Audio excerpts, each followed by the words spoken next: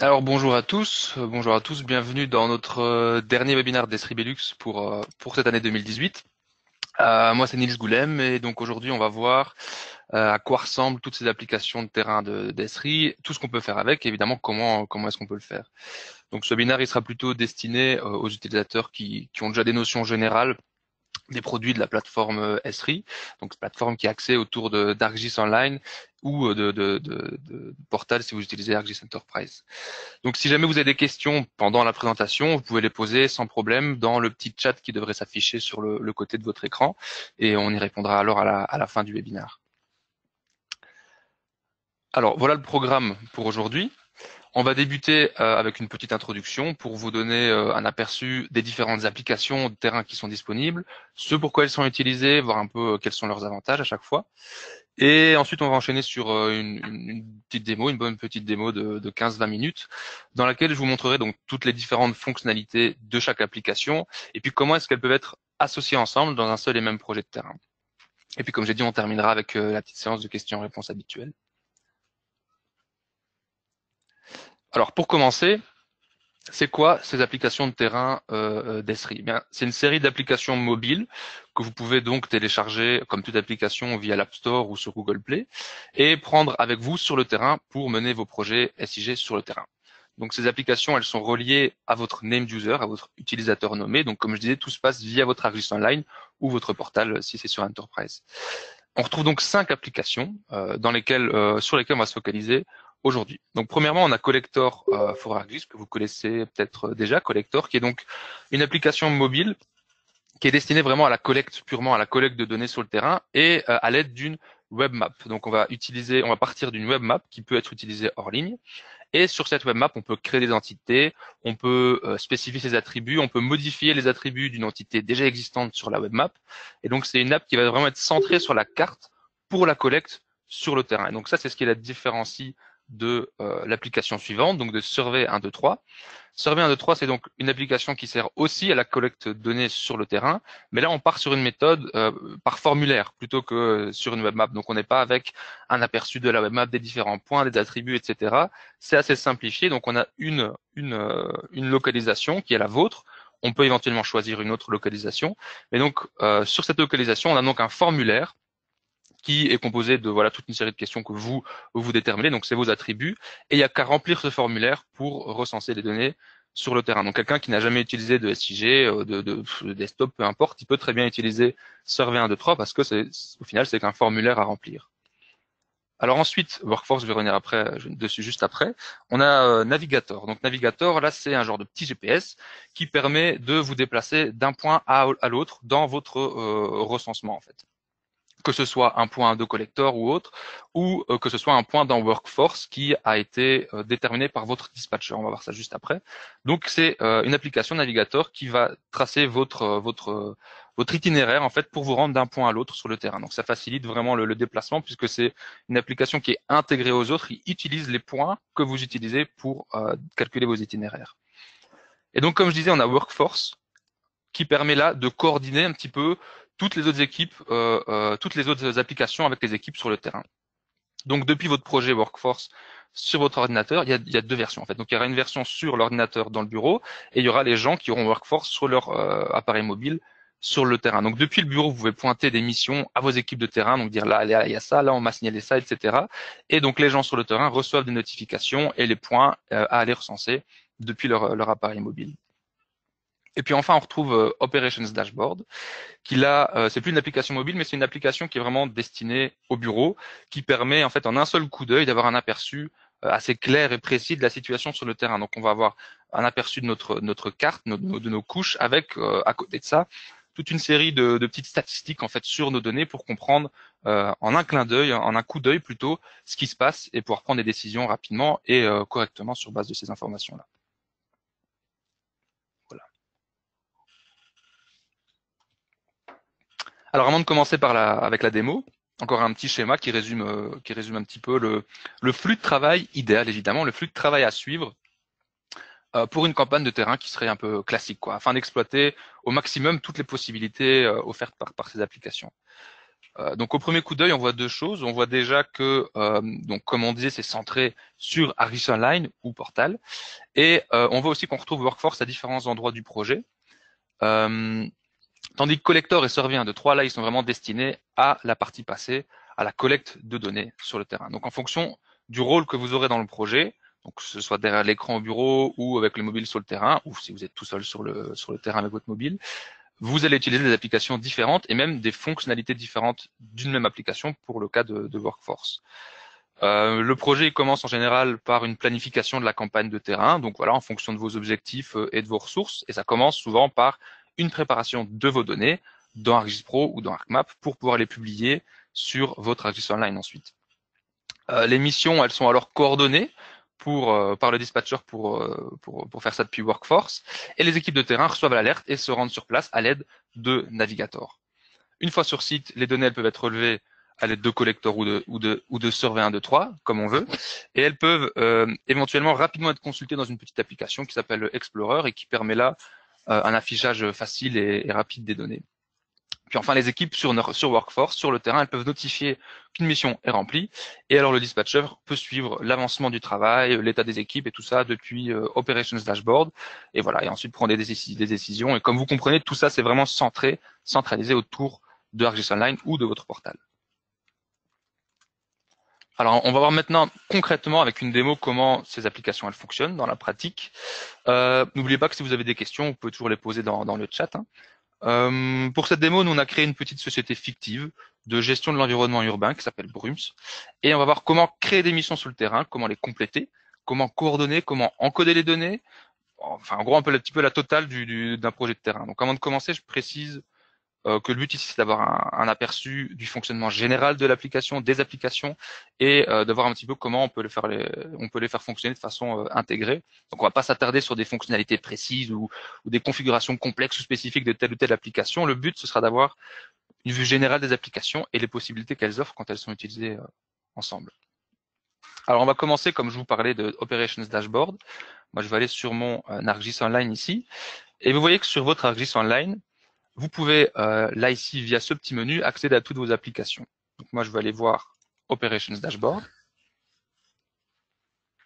Et vous voyez que dans mes tableaux de bord à moi, donc mes dashboards à moi, j'ai mon projet ici, Brums. Donc je vais le visualiser. Et vous voyez que j'ai donc une interface qui s'affiche. C'est une interface qui a été créée par nous. En fait, on a créé ça nous-mêmes. Et à droite, on a notre web map ici, avec les points de nos différentes couches. On retrouve en carré les points de notre couche pour collector. Les ronds ici, ce sont les points pour notre travail dans Workforce. Et on retrouve c'est des travailleurs ici. Donc voilà, en l'occurrence, c'est moi ici. Sur la gauche, alors, on retrouve toute une série d'informations qui permettent d'avoir, voilà, en un coup d'œil, une compréhension rapide de ce qui se passe, voilà, dans notre carte ici. On voit qu'ici, on a un travailleur actif, donc qui est moi. On en a 7 autres qui font partie du projet, mais qui, à l'heure actuelle, sont pas en service, donc on peut pas voir où ils se trouvent. Pour ce qui est des missions, on voit qu'on a une mission qui a été refusée, aucune qui est en attente, 14 qui ont été terminées. On en a une qui est en cours et qui n'est pas attribuée. Et puis voilà, on peut ajouter tous les jauges, tous les graphiques qu'on veut, tout ce qui nous intéresse pour pouvoir comprendre rapidement nos données. Alors, à partir de là, je vais partir maintenant dans Workforce, si je n'en ai plus besoin. Je vais garder mon dashboard tout à l'heure pour qu'on voit les modifications qui sont apportées. Donc, je vais partir dans Workforce, comme ceci. Et voilà, c'est un petit peu la même interface. Donc, voilà, une application. J'ai mon projet Brums ici, mais je peux aussi, voilà, comme pour créer le projet Brums, il suffit, on est parti de créer un projet par ici. Et alors, la configuration qu'il faut faire, on peut encore la modifier par après dans un projet existant en cliquant ici. Alors voilà, on a la vue d'ensemble du projet. Alors, la chose la plus importante, c'est le type d'affectation que vous allez donner. Donc voilà, c'est les missions que vous allez accorder aux gens qui se trouvent sur le terrain. Ici, on a fait quelques petites manipulations d'entretien d'espace vert. Là, je pourrais en ajouter une ici. On détermine les utilisateurs, donc qui viennent de notre organisation. Moi, j'ai toute une série ici de collègues qui travaillent avec moi sur ce projet-là. Et on peut aussi déterminer le rôle de chaque personne. Donc, est-ce qu'il sera superviseur depuis le bureau ou travailleur mobile ou les deux, donc en fonction du moment. Et ensuite, ce qui est intéressant, c'est qu'on peut également intégrer d'autres applications, comme j'ai dit tout à l'heure, comme Collector, comme Explorer, comme Survey 1, 2, 3 également. Et nous, donc ici, dans notre travail, on a décidé d'intégrer Collector et navigateur. On va voir ça tout à l'heure. Donc je vais retourner dans mes projets. Je vais ouvrir mon projet Brums. Alors qu'est-ce qu'on voit? On voit à nouveau notre web map, la même ici. Donc on retrouve nos différentes couches dessus et on retrouve à gauche les informations sur les affectations qui ont déjà été créées ici. Donc on peut choisir de voir par affectation, on peut choisir de voir également les travailleurs qui sont présents. Pour l'instant, il y en a un seul qui est actif ici. Et dans les affectations, on peut également, si on a beaucoup de choses qui se passent en même temps, aller chercher par travailleur, aller filtrer par priorité, ou voilà, pour essayer de comprendre un petit peu ce qui se passe dans des affectations. Alors, je vais créer une affectation, donc une mission. Pour ça, il suffit d'appuyer ici sur plus affectation. Le type d'affectation, qu'est-ce qu'on va choisir? On va dire qu'on va tondre de la pelouse, ici. Emplacement, on va faire ça, allez, au parc Roi-Baudouin ici, vraiment au hasard. On va l'attribuer à moi, comme ça je pourrais vous montrer comment ça se passe par la suite. Priorité, c'est très important, on va mettre une priorité élevée. Donc ça doit être fait aujourd'hui. Voilà. Description, on peut rajouter, on va dire, pelouse à droite du bâtiment d'accueil. Voilà.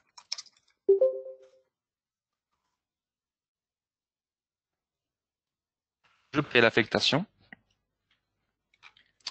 Et on voit l'affectation a été créée, le point est là, attribué, etc. Donc la personne qui est sur le terrain va maintenant pouvoir compléter cette affectation avec son appareil mobile. Donc je vais vous montrer mon appareil mobile qui se trouve ici. Et je vais ouvrir, donc vous voyez l'application ici. Là, je vais ouvrir Workforce.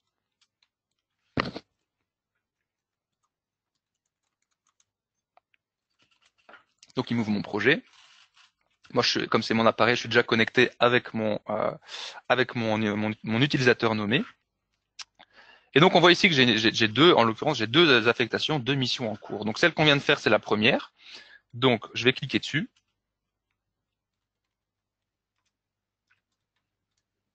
Voilà, et je vais commencer par accepter. Voilà, je me dis, voilà, ça c'est quelque chose que je peux faire, ça fait partie de mon programme. Je vais cliquer sur le rond gris ici et je vais choisir de démarrer. Voilà, j'ai démarré ma mission et maintenant je vais vous montrer, voilà, juste pour l'illustration. Si je retourne dans mon dashboard, je vais le mettre à jour pour que ce soit plus rapide. Et donc on voit qu'on a maintenant deux opérations, deux affectations qui sont en cours. Donc vous voyez, c'est directement relié à vos données. Alors, je vais retourner dans mon appareil mobile. Et donc voilà, mon action est en cours ici. Mais pour pouvoir tourner la pelouse, je dois partir de là où je suis jusque l'endroit qui m'a été attribué. Donc en allant sur les trois petits points ici en haut à droite, vous voyez tout à l'heure on avait intégré les applications, et bien on voit ici les applications qui ont été intégrées à notre projet Workforce. Donc je vais choisir de naviguer vers mon affectation. Et donc là, il va m'ouvrir Navigator for ArcGIS, qui va donc sur base, si la réception GPS est assez correcte ici, sur base de ma position, déterminer donc le trajet que je vais suivre pour me rendre jusqu'au point que je vais devoir recenser.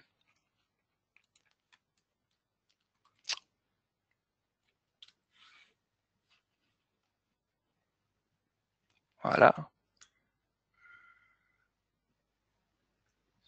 Alors, je vais relancer pour être sûr qu'il me capte bien comme il faut. Voilà. Et donc, il a repéré que j'étais là, il a calculé mon itinéraire. Là, en l'occurrence, je lui avais précisé auparavant que j'étais en voiture. Et voilà la route à suivre simplement pour me rendre jusqu'à mon point. Alors voilà, je fais la route, je me rends jusqu'à mon point. Je travaille, voilà, je tourne la pelouse est tondue, pas de problème. Eh bien, je clique sur le petit bouton à nouveau et je dis que c'est terminé. Voilà, l'affectation est terminée. Donc, elle s'affiche plus dans les affectations, dans la liste des choses à faire de mon workforce. Alors, j'en ai encore un qui était ouvert ici. Et vous voyez que c'est encore une fois une pelouse à tondre de ce côté-là. Et je peux choisir également d'aller vers collector. Donc en l'occurrence, nous, voilà, évidemment, c'est des missions, on ne va pas relever des données à proprement parler, mais on a choisi de faire une petite couche dans collector pour indiquer les commentaires qu'on pouvait faire ou les choses qu'on remarquait sur le terrain, quoi. Donc voilà, il m'ouvre collector, il m'ouvre la couche en question. Moi, tout de suite, je peux choisir de faire, par exemple, un point de catégorie 3. Voilà, c'est le code qu'on avait déterminé pour notre projet, qui se situe directement sur le point qui était fait dans Workforce, mais je peux choisir de le mettre un peu plus loin, par exemple. Voilà. Et donc, je vais dire en commentaire, on va dire que c'est aujourd'hui, commentaire, euh, trop de pissenlit. Oh.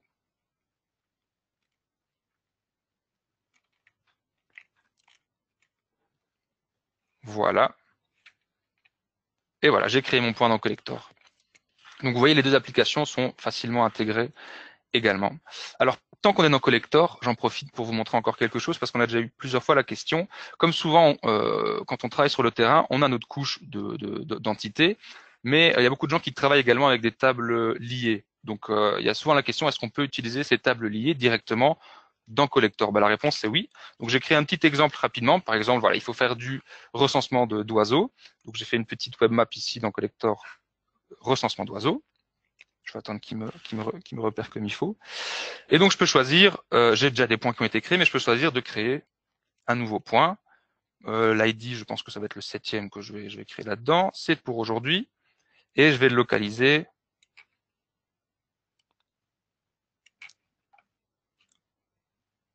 Je vais le localiser là-bas. Voilà, j'ai créé mon point. Voilà, quel type de recensement? On va faire un recensement par point fixe. Voilà. Aujourd'hui, couverture nuageuse. Bon, vous voyez, il fait vraiment pas très très beau. On va dire 8 sur 8. Type d'habitat de ce côté-là, on doit être en zone agricole. Observateur, ben voilà, aujourd'hui, c'est moi. Je crée mon point.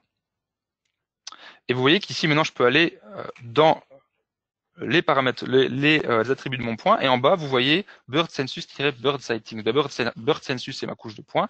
Et Bird Sighting, c'est la table que j'ai liée. Donc, je peux afficher cette table pour le point, donc ID numéro 7 que je viens de créer. Et je vois que j'ai donc déjà une entrée qui a été créée dans ma table, mais il n'y a pas encore d'attribut. Bah, écoutez, je vais mettre mon point numéro 7. J'ai observé quelle espèce. On est dans une région agricole, donc Skylark, c'est une alouette des champs. Abondance, on va dire qu'on en a vu 4. Et 4 alouettes qui cherchaient à manger. Voilà, j'ai créé une entrée dans ma table. Parfait. Je viens, elle est créée. Mais vous voyez que je peux encore en ajouter une autre. Voilà, j'ai plusieurs observations sur un même point. Mon point numéro 7 toujours, espèce. En plus des alouettes, il y avait également un robin, donc un rouge-gorge, un seul, qui lui, cette fois-ci, chantait. J'ajoute, et quand je vais dans afficher maintenant, je vois que j'ai deux entrées, donc deux espèces d'oiseaux qui ont été encodées dans ma table, reliées donc à ma couche de points. Donc ça, c'est tout à fait possible de l'utiliser dans Collector. Alors, ensuite, ce qui est intéressant aussi, c'est que dans Collector, vous pouvez travailler tout seul dans Collector également. Et là aussi, Navigator est indiqué et intégré plutôt. Donc, je peux choisir indication routière. Et donc, à nouveau, sur base de ma localisation, il va m'emmener jusqu'à l'endroit où je dois faire mon point, mon point en l'occurrence, mon point de recensement fixe. Donc ça, c'est pour Collector. À côté de ça, on a encore, donc, comme je vous avais dit, là, je vais encore vous montrer que vous ayez un aperçu. Dans Collector, on est vraiment sur une base, on travaille dans une carte avec nos points, nos attributs, etc. Donc c'est des choses, nous, on a déjà un petit peu plus l'habitude de travailler avec ça peut-être, mais pour quelqu'un qui a moins l'habitude de faire du SIG, on pourrait penser d'utiliser Survey 1, 2, 3 pour faire le recensement de terrain. Comme je vous l'ai dit tout à l'heure, donc on n'est plus dans une optique de cartocentré, on est là vraiment sur un formulaire. Donc vous voyez, mon projet est déjà créé ici. Donc j'ai une enquête. Voilà, je vais cliquer dessus. Une enquête que j'ai créée. Je peux choisir de collecter. Bon, vous verrez, ça n'a pas beaucoup de sens pour ce qui est des attributs, mais je choisis ici, voilà, à nouveau une pelouse. Et je vais donc choisir mon emplacement. Plutôt, il choisit mon emplacement sur base de ma position GPS. Et il va donc attribuer donc les attributs que je donne dans ma petite enquête ici à cette localisation-ci. En cliquant sur la carte, je peux même toujours modifier mon emplacement. Voilà, par exemple ici. How safe do you feel carrying out this assignment? Très, très sécurisé. Je vais mettre 5. Voilà. Je peux choisir de rajouter éventuellement une photo. Je valide. Et là, je peux choisir d'envoyer ultérieurement si jamais je travaille hors ligne. Mais comme je suis en ligne, je vais l'envoyer maintenant. Et voilà, il a donc envoyé mon enquête remplie qui s'est rajoutée dans la base de données de mon projet Survey 1, 2, 3. Et ça, je peux aller voir sur mon ArcGIS Online. Je vais ouvrir depuis ici également Survey 1, 2, 3. J'ai mon enquête Brums ici, je vais aller la chercher. Et là, j'ai une vue d'ensemble, voilà, de tous mes enregistrements qui ont eu lieu. Et je peux également aller voir mes données. Et là, je vois rapidement que mes données ont été faites à ces endroits-là. Et j'ai un aperçu rapide de ma table ici, juste en dessous. Donc voilà, Survey 1, 2, 3 peut également être utilisé comme recensement de terrain dans un projet de terrain complet, quoi. Et avec Survey 1, 2, 3, je vous ai présenté la suite un petit peu complète de tout le programme de recensement de terrain, donc coordonné par Workforce comme on a fait ici. Pour la démo, on s'arrêtera ici. Si vous avez des questions pour aller plus loin ou pour aborder d'autres sujets, n'hésitez pas à les poser, c'est le moment. Voilà. Je vais remettre comme ceci. Voilà. Si vous avez des questions, vous voyez normalement il y a un petit chat sur le côté, vous pouvez les poser et on y répondra. J'en profite avant de vous laisser un petit peu de temps pour vous montrer donc le prochain webinaire qui aura lieu. Ce sera un webinaire pour montrer la plateforme d'apprentissage gratuite d'Esri. Donc là-dessus, vous pourrez trouver toute une série de formations, etc. auxquelles vous avez accès. Et on va vous montrer un petit peu comment avoir accès à tout ça. À tout de suite.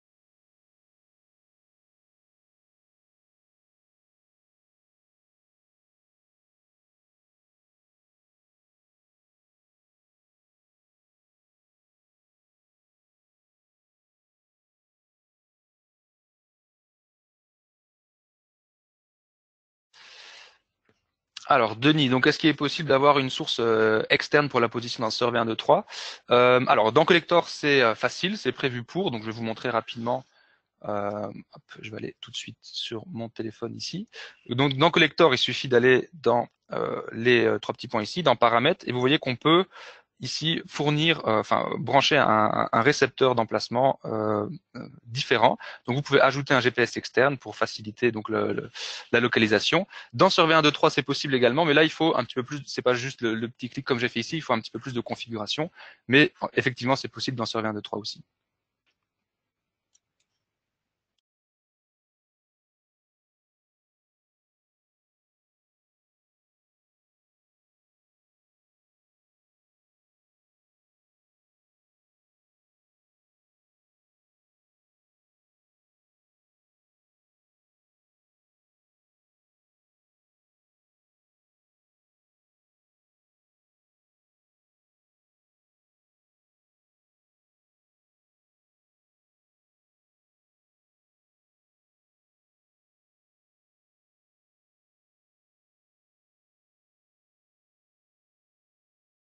Alors est-ce que vous avez encore des questions? N'hésitez pas à les poser.